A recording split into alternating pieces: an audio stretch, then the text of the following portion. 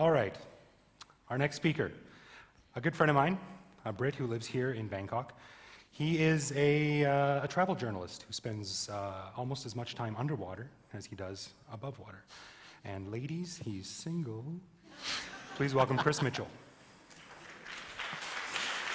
Hard to beat that. Thank you, mate. Oh, hello, TEDxBKK. Pretty rock and roll so far, huh? What I want to talk to you about today is how I learned to love the great white shark. I think we all recognize this. James was talking earlier about Avatar. I have a quick show of hands. How many people have seen Jaws? Right, pretty much everyone, right? Now, I can't argue that it's an absolutely amazing film, but for an entire generation, and probably for the next generation as well, it has shaped our view of sharks irrevocably, and it has turned them in our imagination into malevolent killers that are out to get you. They will hunt you down and they will kill you.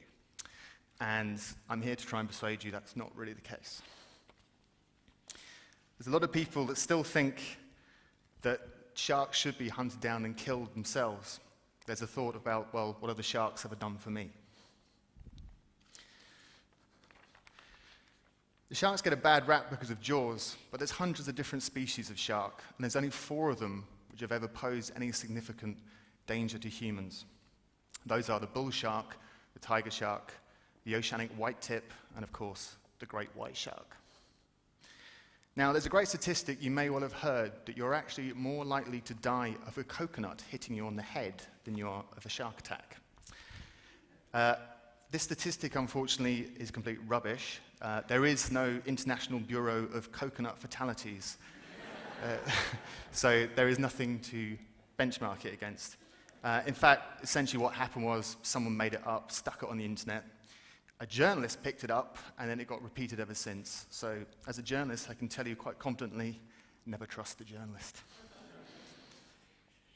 However, what is scientific fact is that you are far more likely to have a fatal encounter with a vending machine than you are with a shark.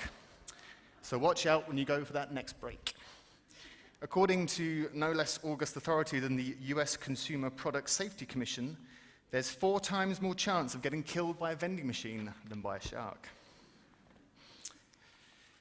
So if it's so rare, why does this idea of sharks being so dangerous persist so much? The reason is, and it's what we were listening to earlier, is that the idea of a shark attack triggers a primal fear within essentially the lizard brain that we have, which is the part of our brain that's so old, it's from caveman days.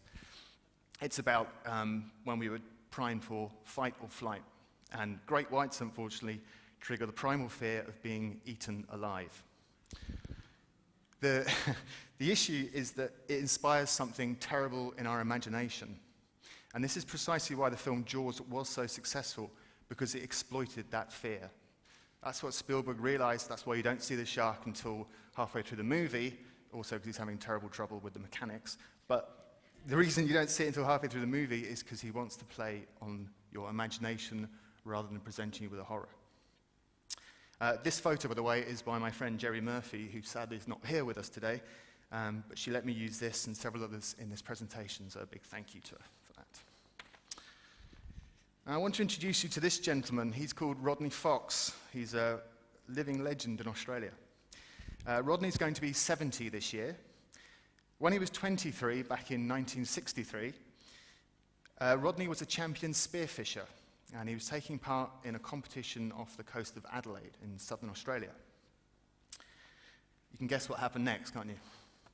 Rodney got attacked by a great white shark because he had the fish he'd speared previously during the competition attached to his weight belt. The great white bit him across the chest and in the arm, and it let him go after inflicting terrible wounds. But it came back for him on a second run. He grabbed the fish attached to his weight belt and started pulling Rodney down with it. So Rodney was trying to scrabble for his weight belt, and he's getting pulled further and further down into the water, and the great white was thundering off into the depths.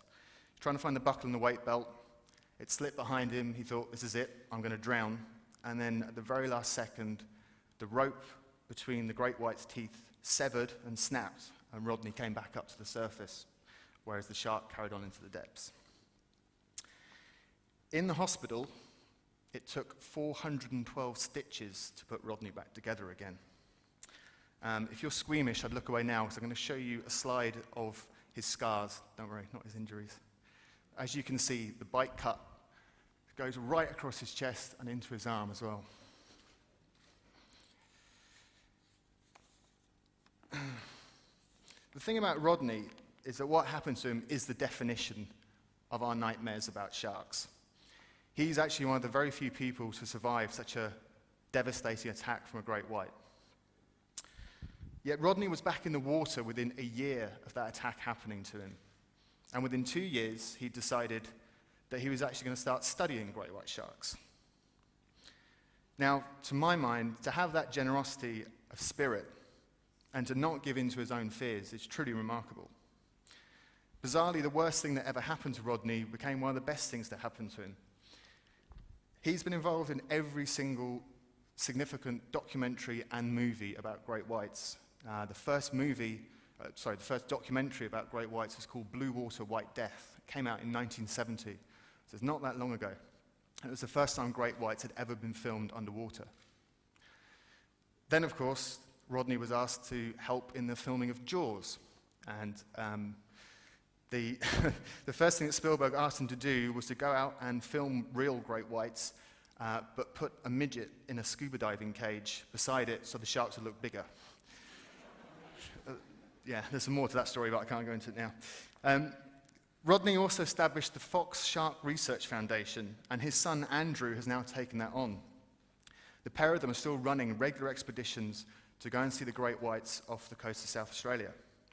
They use these trips for monitoring and tagging the great whites, to track them, to see if they're still there, to understand what their habits are, and if they're coming back to the same area.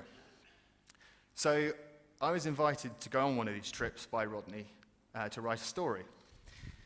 So I really wanted to meet Rodney, but I wasn't quite so sure that I wanted to meet the great white sharks myself. However, Rodney assured me that in the last 40 years of running trips, they hadn't lost anyone yet, so I should come along. So there I was, 12 hours sailing off the South Australian coast at a deserted, wind-blown rock called the Neptune Islands. We just passed a place called Dangerous Reef. I was really beginning to have doubts about this. And we were about to get in a cage and go and look for great whites. You can see there the cage. The typical way it works is the cage is suspended just under the water, so you can literally step off the boat and into the cage. So anyone can get in there. You don't have to be a scuba diver, because the air is just pumped in through a hose from the boat itself.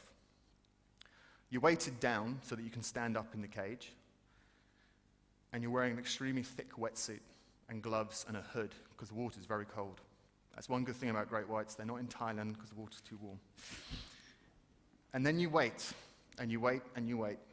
And you try and keep your adrenaline under control, and you try and remember to breathe. And you also try and keep the lizard brain under control as well about what you're going to see. So what I'm going to do now is just show you a couple of very short video clips that I shot while I was on this trip. So this gives you some sense of the size of the great white in comparison to the cage. As you can see, it's about 3 times the length of the cage. They grow up to about 6 meters, which is 3 times my height. I shot all these movies on my little digital camera, so they're not Discovery Channel or anything. I was wishing I had James's 3D camera, to be honest. But in this video, it sort of gives you an idea of what's happening most of the time. So here we have a tuna bait hanging in the water. There's no chum, there's no blood. That's all done for TV. And you're staring out into the blue, and of course, nothing's happening. So you're getting a little bit cold, you get a little bit bored, not really sure where the sharks are, and then they come out of nowhere, and they look for the bait, and they give you a very evil look as they go past the cage. The thing is here, though, is that the great white shark is an ambush predator. It's not, like Jaws, an indiscriminate killing machine. Humans usually get bitten because of mistaken identity. What great white sharks love are nice, fat seal pups. What they don't like is humans, because they're too bony. So normally they're giving us a little bit of a test bite, because they don't have hands or anything. Unfortunately, that test bite tends to kill people, so not so great. So I'm going to tell you what happens in this next video before you see it, because it goes so quickly. You just saw the video of the bait not being seized. This next video shows what happens when it does seize the bait. And you'll see that the attack of the shark, what they do is they throw everything they have. It's a devastating force. Like I said, it's an ambush. And you'll see that it's completely oblivious to us in the cage, but it's going for the bait so viciously that it's banging into the cage as well.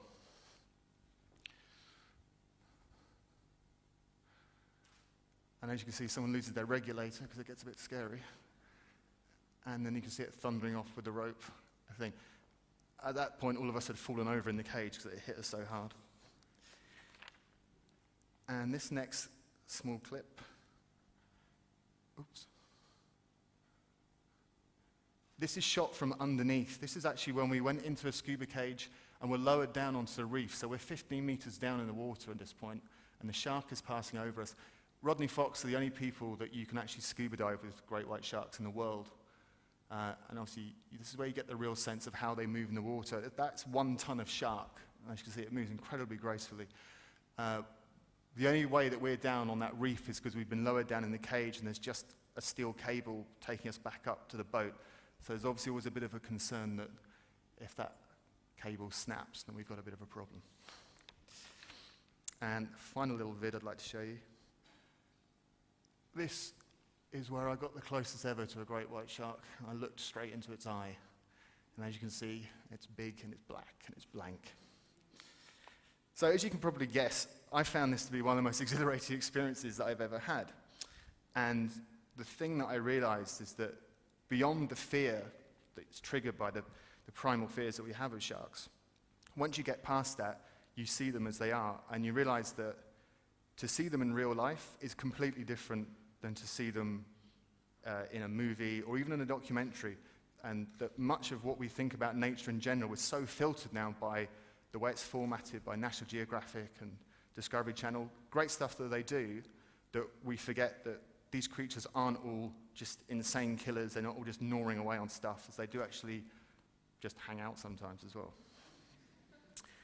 That's the other side. The other thing is that I realized why Rodney, because after all, he's 70 years old, and these are quite difficult, arduous trips to go on.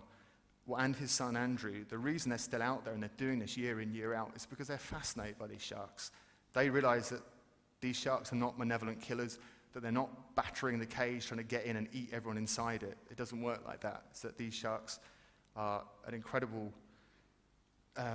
creature. They're very undeniably savage, but they're very beautiful in their own way as well. Now, I know some of you won't be convinced by this. You're just thinking, who's the whack job with the death wish? But that's fair enough. But the point is, it's not just cute and fluffy creatures faced with extinction that we need to be concerned about. For all the hysteria about shark attacks, the biggest great white cannot win against humans. We are the ultimate predator. National Geographic maintains 40 million shark fins. Sharks are killed every year for their fins. 95% of most species of sharks have been wiped out since the 1970s, since we introduced industrial fishing methods, particularly here in Asia. Most shark species basically are on the brink of extinction, and because this all happens at sea, most of us never see it, and most of us never hear about it. So we talk a lot about conservation, and rightly so, and we have arguments about shark's fin soup, and that's rightly so as well, but actually none of that matters. Because what matters is, if the wholesale slaughter of sharks continues, then the balance of our oceans is going to change. Our own supply of food from the ocean is going to dry up, because if the sharks go, other lesser predators are going to move in and eat all the fish that we humans want for ourselves. So beyond doing the right thing in terms of conservation, there is a simple self-interest in saving the sharks to preserve ourselves as a species. And as we saw earlier, we have 6.7 billion people on the planet already, and that's probably going to go up to 9 billion pretty soon. So, in other words, in the bigger picture, great white sharks are actually our friends. Who knew?